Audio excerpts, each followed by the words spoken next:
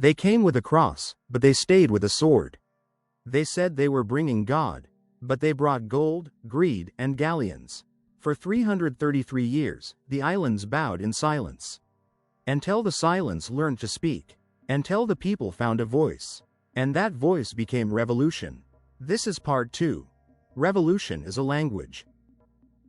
In 1565, Miguel López de Legazpi landed in Cebu. He wasn't the first, but he was the one who stayed. With him came a trinity of control: God, gold, government. The friars baptized, the crown collected, the governor ruled, and the islands, they bent. But they didn't break, not yet. This was the beginning of the Spanish colony called the Philippines, named after a king who never stepped foot on its soil. Christianity arrived wrapped in gold and fear.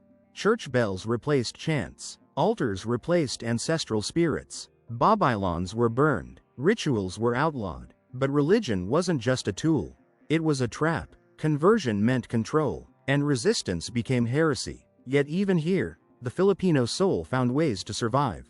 They whispered to their old gods through new saints. Faith didn't die, it evolved. The Spanish didn't just conquer the land, they monetized it.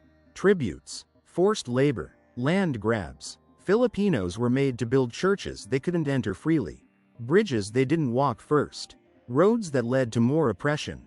Even the calendar became a weapon. Harvests had to match colonial records, not nature's timing. And if you couldn't pay, your dignity paid the price. From 1565 to 1815, the Galleon Trade ruled.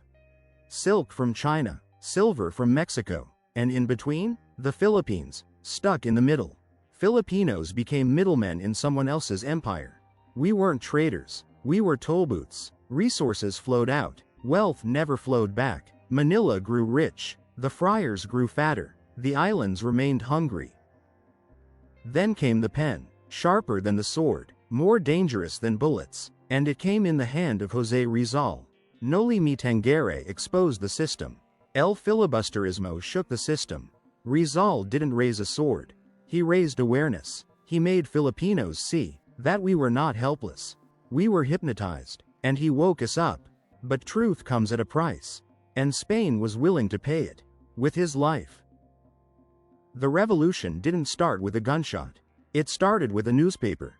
La Solidaridad, reform, equality, representation. They wrote, they organized, they pleaded. But Spain doesn't speak reform. Spain speaks control. And when words failed, the revolutionists stopped writing and started training. 1892. In the shadows of injustice, a spark ignited. It didn't come from Spain. It came from Tondo, Bonifacio, worker, reader, revolutionary. He founded the Katipunan, the highest, most respected society of the sons of the people. No more petitions, no more newspapers. This was a revolution with teeth. In August 1896, revolution became real.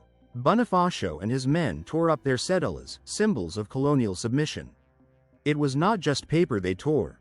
It was fear. It was silence. It was centuries of bowing, burned in one moment of defiance. This was not just a cry. It was a declaration. The revolution had begun. But every revolution has a price. And sometimes that price is unity. Bonifacio wanted a republic. Aguinaldo wanted control. And so, in the cruelest twist of fate, the father of the revolution was executed. By his own countrymen. The Spanish were not the only enemy. Ego, power, division, those were enemies too. 1898. After centuries of struggle, after blood spilled by poets and peasants, the Philippine flag was raised. The anthem was sung. And for the first time in written history, the word Philippines stood for a nation. But freedom was still a battlefield. And a new empire had arrived. Watching, waiting, plotting. The Spanish chapter was closing. But the American one was just beginning.